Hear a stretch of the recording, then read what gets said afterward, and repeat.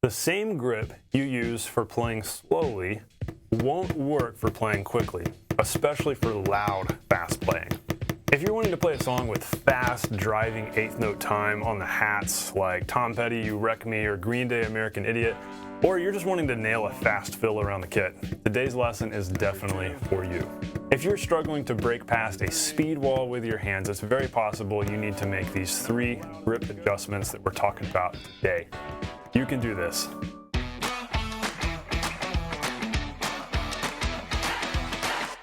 Hey, welcome to The Non-Glamorous Drummer. This is a channel where we're all about teaching you the core, most important skills that help you across the board on the drum set, that really deliver you results, help you become more musical players. You can nail songs with ease. And so today we're talking about hand technique, which is super important. And hey, before we get going, grab my totally free PDF guide in the description. It's called From Beginner to Session Drummer, Your Step-by-Step Success Path. This guide is really cool because it breaks up the entire drumming journey that I believe every drummer goes through into 6 stages. And so, first stage is beginner, final goal stage is session drummer, and you can identify which of those stages you're in. You'll be able to read about those stages and figure out very quickly which one you're in. And each stage has action steps in it, so once you know which stage you're in, you can follow the action steps and know exactly how to level up to the next stage. This is a game changer and a huge time saver when you're trying to figure out what do I need to practice.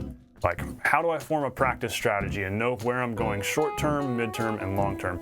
This is going to help you get there. Totally free, no brainer. Be sure to go download it. All right, on with today's lesson. This is the lesson of the 3s because not only are we talking about the 3 grip shifts that need to happen in order to play louder and faster, we're also going down a 3-item checklist to make sure your grip is fundamentally correct, because we can't talk about the grip shifts that need to happen as we go faster without making sure we're all on the same page with our core grip, making sure we're all at the same starting point and we're doing things right. So we're going to go down a grip checklist, 3 things to make sure are happening, make sure that you're doing in your grip, and then we'll talk about the 3 things that need to happen in order to play louder and faster. Then we'll wrap up with 3 exercises to reinforce and improve these skills. So it's going to be a lot of fun, it's going to be deep, but I think you're going to really gain a lot out of this, and it's really going to change the way you're playing songs. It's really going to affect your abilities overall on the kit. All right, the proper grip checklist, 3 things, and this is not really an exhaustive list. You know, we can get super detailed with this, super intricate, and pick out all these other different things, but these are the 3 things that I found to be most core. And in observing a lot of my one-on-one coaching students, when we're working on grip and I see issues going on, a lot of times it centers around one of these 3 things. And so if you make sure that you're doing these 3 things, odds are you're going to be well on your way to getting the smooth rebound you need and being nice and relaxed and being set up for success. So the first thing is we want to make sure we have space in our hand between index and thumb. What often happens is the fingers just want to curl too tightly, and I think it's just that human desire for control. I think we want to control our sticks more than we need to, and though that is our goal on the drums, we want to have control, we have to gain that control by actually letting go of it and letting laws of physics take over, which is kind of ironic, but it's also a challenging thing to do sometimes when we're wanting to, make sure we know what we're doing, but we've actually got to let go and relax. And so a big part of doing that is allowing space between index and thumb. Now, this also kind of gets a little bit subjective, meaning it's, this is different for every drummer and everybody's hands are different. You might be comfortable with an index finger fulcrum. That means you're forming your pivot point between thumb and finger using your index. Or you might prefer middle. I prefer middle, and I'm going to show you exactly what I like to do with my middle finger. But whether or not you do middle finger or index finger, make sure that this space right here is open. Make sure this does not happen. We don't want the space to close here between this knuckle here, index finger, palm, whatever you want to call this part of the hand. I don't know the medical terms. Whatever you want to call this, make sure that there is space between this and the thumb and that it's not closing in like that. Because as soon as it closes, this is all that you're able to do. And it becomes this very awkward thing where fingers have to go like this in order to allow the stick to move, versus if we can keep this loose and open, we can have this kind of freedom of motion where the stick is able to swing back and it has room to go. So that's very important. So if you're doing an index finger fulcrum, make sure that you're not closing that index too tightly around.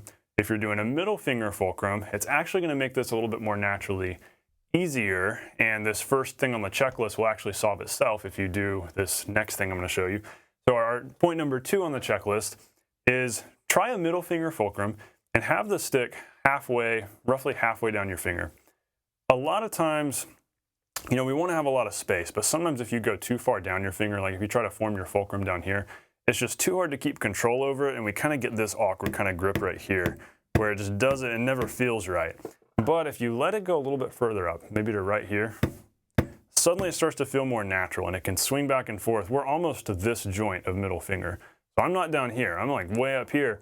And what we'll talk about a little later is sometimes it even needs to shift even further up, which seems crazy, but you can do this when you're using middle finger. You have a lot of room to move and your hand can still stay loose because your middle finger is the one that extends out the furthest. It gives you a lot of room to work with, a lot of versatility there with middle finger instead of index. So I strongly encourage you to test out a middle finger fulcrum instead of index. But if you're doing index, make sure you're just keeping some space here. But if you're doing middle, that space is naturally going to be there because then your index can just gently, lightly curve around the stick just like that, and things can be nice and open and loose.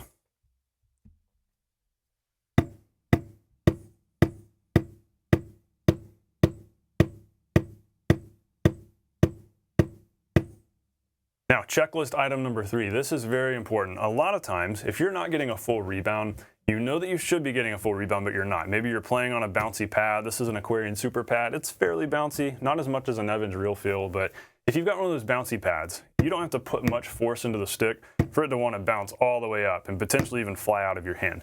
And if it's not doing that, you know that something's wrong. A lot of times the culprit that I see in many students is that ring finger, sometimes middle too though. We'll circle back to that. A lot of times ring finger will catch the stick and keep it from rebounding all the way. Because what will happen is the fingers will start to curl too tightly around the stick. And so a lot of times I'll see this, where see how the stick is pausing about right here. It's not wanting to bounce all the way. And that's because these fingers are catching the butt end and not letting it swing out and get that full rebound. And so that's something that we want to make sure we're doing. We want to make sure we're extending the fingers and allowing the stick to fully bounce so that that motion can be a natural, smooth motion. If we're restricting it, then there's some kind of shock going on in the hand, and we're intervening in a way we shouldn't, and it's going to interfere with our ability to play smoothly and to play in time well. Because if you let the stick do what it wants to do, it's just like the kid jumping on the trampoline. That's my go-to analogy, or just a ball that's bouncing. It's going to naturally stay in pretty steady time. But as soon as something funny is going on and the fingers are like stopping it, you end up with a pause in the motion, an interruption. And that'll mess up your time. It'll make it harder to play with good time. That applies across the board, no matter what you're playing on the drums, left hand or right hand. And so make sure these fingers are extending, especially ring finger, because when the stick bounces up, a lot of times this is what the end result looks like. We want it to be able to swing back that far. We want to have our fulcrum point here, the stick be able to swing back, and ring finger not be in the way, and we're skirting clear past the pinky. Now, these are the things that are going to start to change a little bit. We're going to start to alter these as we go louder and faster. But if we're all starting right here, we're all on the same page. If you're watching this lesson, you've got your stick in hand, you got your practice pad, and you're working on this. Okay, now we can dig into the core of what we want to talk about today, which is what do we need to change as we go faster? Because what got us here won't get us there. If we're trying to go faster and faster, either the stick's going to fly out, or we're just going to lose control, or we're going to end up clamping down too hard. So many things can go awry when you're trying to go faster and louder. And the thing is, our grip does have to change. You know, grip is a fluid thing where the core principles of it need to stay the same.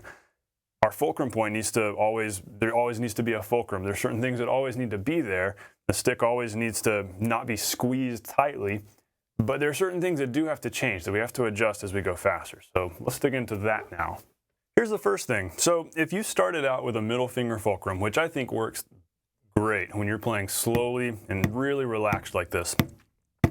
When I basically fine-tuned my fulcrum to be a middle finger fulcrum, I found that I was able to play slowly better. I was able to play more relaxed around the kit because it was just this natural slow motion. But what happens as you get faster, you have to begin closing things down just a little bit, firming things up just a little bit. And what you can actually do is begin to curve your index finger around the stick a little bit more so that as you go louder, faster, you almost shift to an index finger fulcrum. Really, the core fulcrum is still here at middle, but it's kind of this double fulcrum. It's something I'll call a double fulcrum sometimes because index is becoming a part of it because index is curling around. And so we are beginning to close this space here. I said earlier, make sure you keep the space open. What'll happen as you get louder and faster is this space does have to begin to close a little bit. What we don't want to do as we get louder and faster is get tighter. We don't want to squeeze at the fulcrum because then we end up with this, which is no good, obviously. We have to get firmer, but we don't want to squeeze super tight. And so what we want to do is just gently begin to curve middle finger just a little bit. Before we had middle finger kind of out here loosely, but now we're bringing it in just a little bit, curving index around slightly. That can help us maintain control and not lose the stick as we're going louder or faster. Number two, the fingers just have to hug the stick a little more.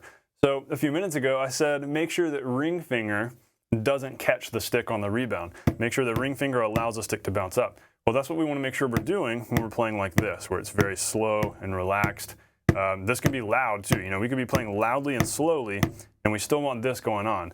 But as we get faster, what we actually want to do, this is kind of, you can look at it from a physics standpoint. Let's say we've got this much stick motion going on, and we need to go faster. Well, we can harness the energy of that stick's motion by decreasing the stick height, and it makes it easier to go faster. It's just like if you have a basketball and you're bouncing the basketball, and as you begin dribbling closer to the ground, it naturally bounces faster. It's just what happens, versus as you try to bounce it higher, it's going to go slower. So it's kind of the same concept with our sticks. We can make ourselves play very loudly, very fast, but kind of the cheat for getting quicker is just to decrease the stick height a little bit. There's no rule that says you have to maintain incredible stick height when playing loud. Yes, a lot of metal drummers, heavy rock drummers manage to do it, and it's got to be exhausting on their shoulders. But we can decrease our stick heights a little bit while still maintaining volume, playing from our wrists, not our arms. And by decreasing that stick height, we can increase our speed. And so we can go from this to bringing in the fingers a little bit. And so now the ring finger and even the pinky is catching the stick and stopping it from going further than here, which then forces it back down more quickly.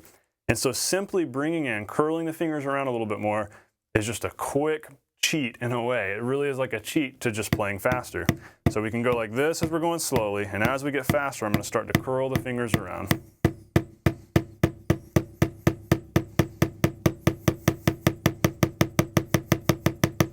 Notice how I've gotten firmer up here. This space is almost closed. It's not closed all the way. We never want to close all the way, but it's closing down a little bit, less space. Index is curling around. I'm never pulling the fingers all the way into my palm. Never doing that. We always want to have a little bit of stick motion within the hand, always. We never want to lose the stick motion within the hand. But whereas when we're going slow, wide open, this much stick motion in the hand. As we're going faster, we're just narrowing it down to where the stick moves maybe this much, and so we're using our wrist more. We're having to use our wrist more as we're playing loud and fast. And so if you're doing this and you're finding that, man, I'm getting exhausted, like this is hard, odds are you just got to build some wrist strength. Just give it some time. Build up some forearm strength, some wrist strength. Give it a few weeks, a few months, and over time you'll build that strength and it'll get easier. What you want to make sure you're doing is not getting too tight. If you're getting exhausted while you're playing a song, a lot of times the tendency is to overcompensate and squeeze and get tense, and then you feel all this tenseness in the front of your shoulder right here and in the back of your neck.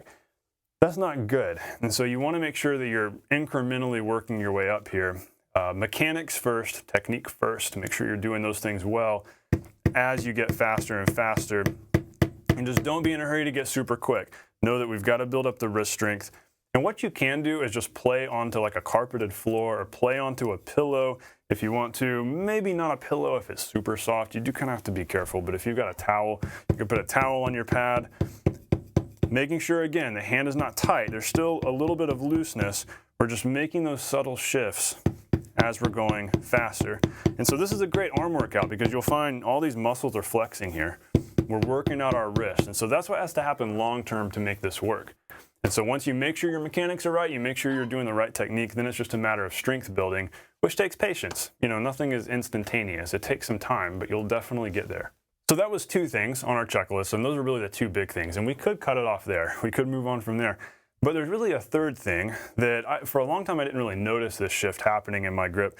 But the more I've taught this to students, and the more I've worked with students and looked at their grip and looked at mine, the more I've noticed what I'm really doing as I get faster, while I'm staying loud, I'm going loud and fast, what ends up happening is my fulcrum is shifting from here. This is what I showed you earlier, as this should be our core starting point.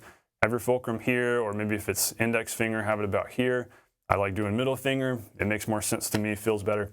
As I go faster though, I'm shifting that fulcrum further up my middle finger. And this is kind of a general rule to follow in playing drums, that the faster you get or the louder you get, you're going to need to bring the stick in a little bit closer to your palm.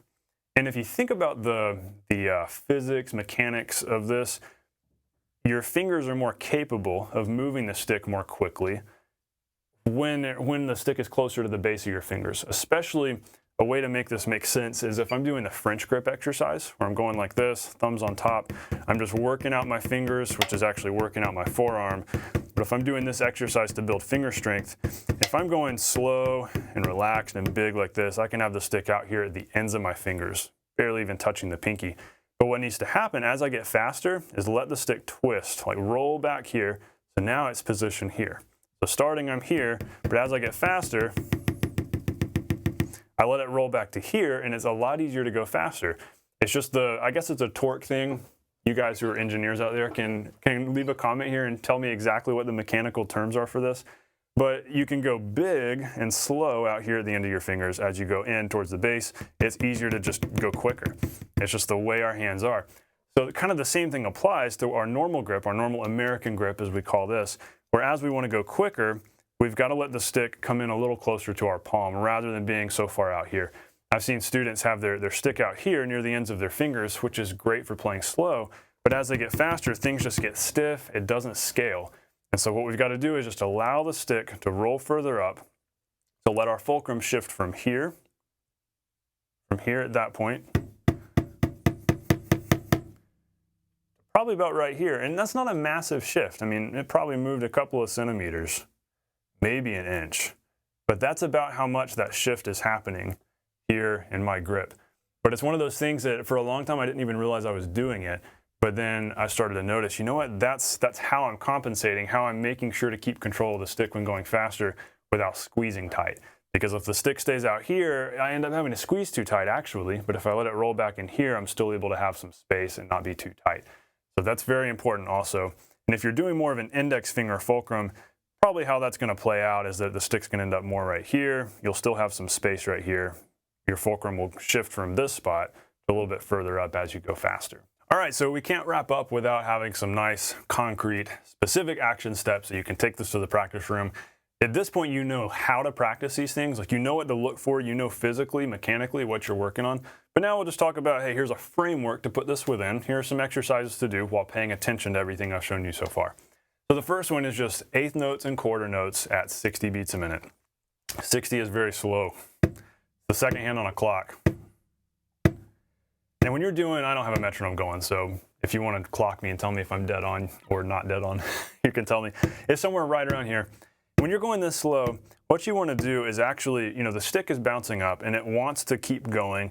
So to help absorb the energy of the stick, just gently lift your wrist, maybe lift your arm just a little bit, so you can establish this slow motion style of motion where the stick's coming up, slowing down, going back down, instead of this. Don't do that. I mean, it's not a terrible thing if you do, but it's easier to be smooth and relaxed and then to play in better time, navigate around the kit more smoothly if you can have this kind of motion happening. So practice this when you're doing those slow quarter notes. And then with the eighth notes, you don't really have to think about it too much. Another thing, just another tip to throw in there, when you're playing slow, unless you're going really fast, don't try to use your fingers. There's a tendency to try to use fingers when playing like this. And I think a lot of times that might just be a misunderstanding of things that are being taught out there, things that I've taught, which is that, hey, fingers need to move with the stick. We need to use our fingers when we're going faster. But I want to make sure you understand that fingers they don't work when they're trying to be used very slowly. This doesn't work. We don't want to use the fingers until we're going much quicker.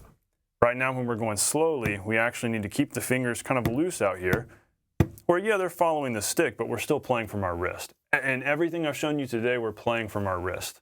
We're not actually actively using fingers. What we're doing is the fingers are playing a role, but they're not actively driving the stick, if that makes sense. Then our exercise number 2 is to just go quicker and louder. And this is where you've got to use your discretion. Be as patient as you can with this. If you're going like this, you're like, okay, this is hurting, this isn't feeling right, back off. So don't just dive into eighth notes at 120. Be like, well, Steven told me to play eighth notes at 120 and go at it, and then you've got all this pain in your wrist. Work your way there slowly. Maybe go to 80, eighth notes at 80, and then 100. And just gradually work your way up and pay attention to those subtle shifts that need to begin happening in your grip, knowing that by the time you get to eighth notes at 120, we've pretty much adjusted our fulcrum to here. We've curled the index around a little more, and we've got ring finger catching the stick. So those three things begin happening all alongside each other gradually as we go faster. So basically, focus on that tempo range, 60 to 120, quarters and eighths, and gradually as you get to 120, those eighth notes will require those shifts.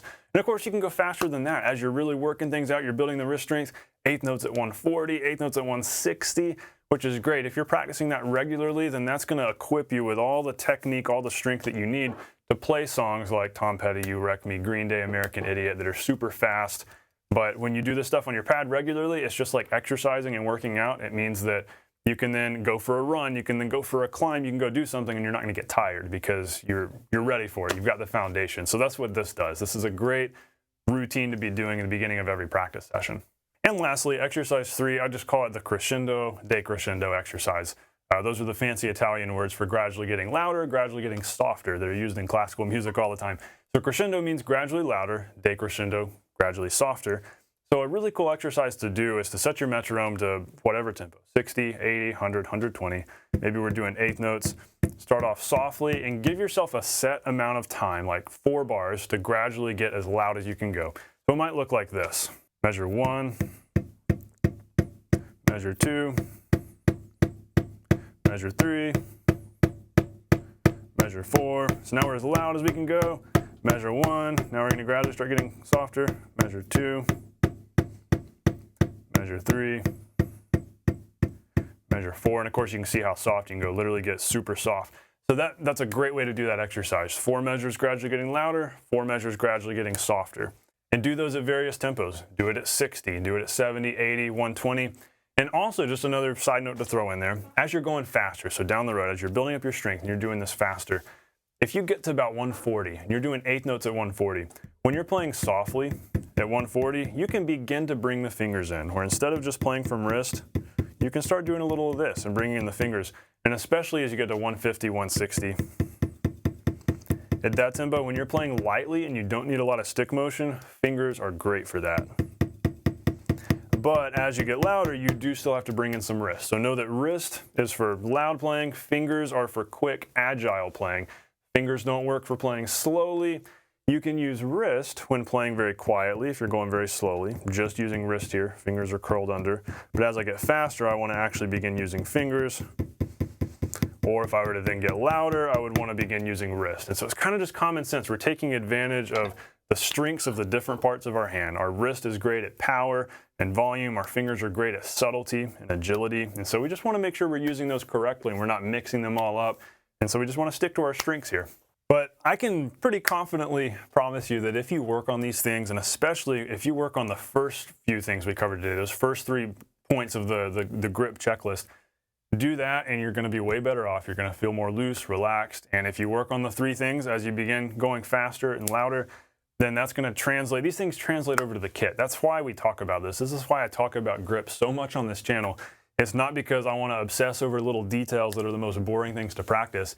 If you've worked at any of these things, you know the power of these, and you know how when you work grip, it translates to the whole kit, which means you can play grooves with better time and better feel. You can play more dynamically. You can play really soft, really loud. You can play songs. You can nail songs and feel relaxed as you're playing them. You can play fills around the kit. All these things stem from hand technique. So you've got to get the hand solid first.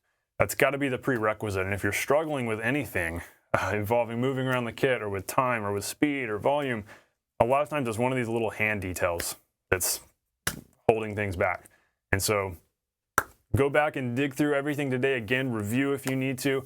Follow those action steps. Work on your hands because this really will reap some serious dividends in your playing, and it's going to help you across the board. Hey, before you go, grab my free guide below that I mentioned earlier. It's called From Beginner to Session Drummer, Your Step-by-Step Success Path. So this guide is really cool. It's different from all of my other guides. It's very unique in that it's set up in a way where we have 6 stages. We have 6 stages of drumming growth, and these are the 6 stages I believe every drummer goes through that I've seen in my experience, that I've gone through, that my students have gone through, from beginner ending with session drummer, where you have mastery over the instrument. And so what this guide does is it shows you all the things that are going on in each of those stages so that you can pinpoint which stage you're in. If you're in the beginner stage, you'll know. If you're in the gigging drummer stage, you'll know. And so you'll be able to pinpoint exactly where you're at, and then the guide shows you what you need to be working on, what the action steps are for each stage so that you can level up to the next one. And so it's as simple as find which stage you're in, learn how to level up, follow the action steps, get results, and make progress. I love the simplicity of this. There's all these links to additional lessons, so you'll have all the resources you need. So go grab that guide. It's been helping a bunch of drummers. It's gonna really help you direct your practicing and figure out where you're at and develop a strategy for reaching your goals, becoming the drummer that you are made to be. As always, thanks so much for watching. Thanks for hanging out with me today, fellow non-glamorous drummer. I hope you get a lot out of this. I hope this really helps you out. I'm eager to hear how this lesson helps you and how you're able to apply this to the kit and to songs and to jamming and to just having fun. Because that's what we want to use all this for. We don't want to be stuck on our pads. We want to reap the reward of our pad practice by feeling free, nice and loose on the kit. So if you're new to the channel, be sure to subscribe. Be sure to grab that e-guide. Thanks so much for watching. I will see you on the next video. Stay non-glamorous.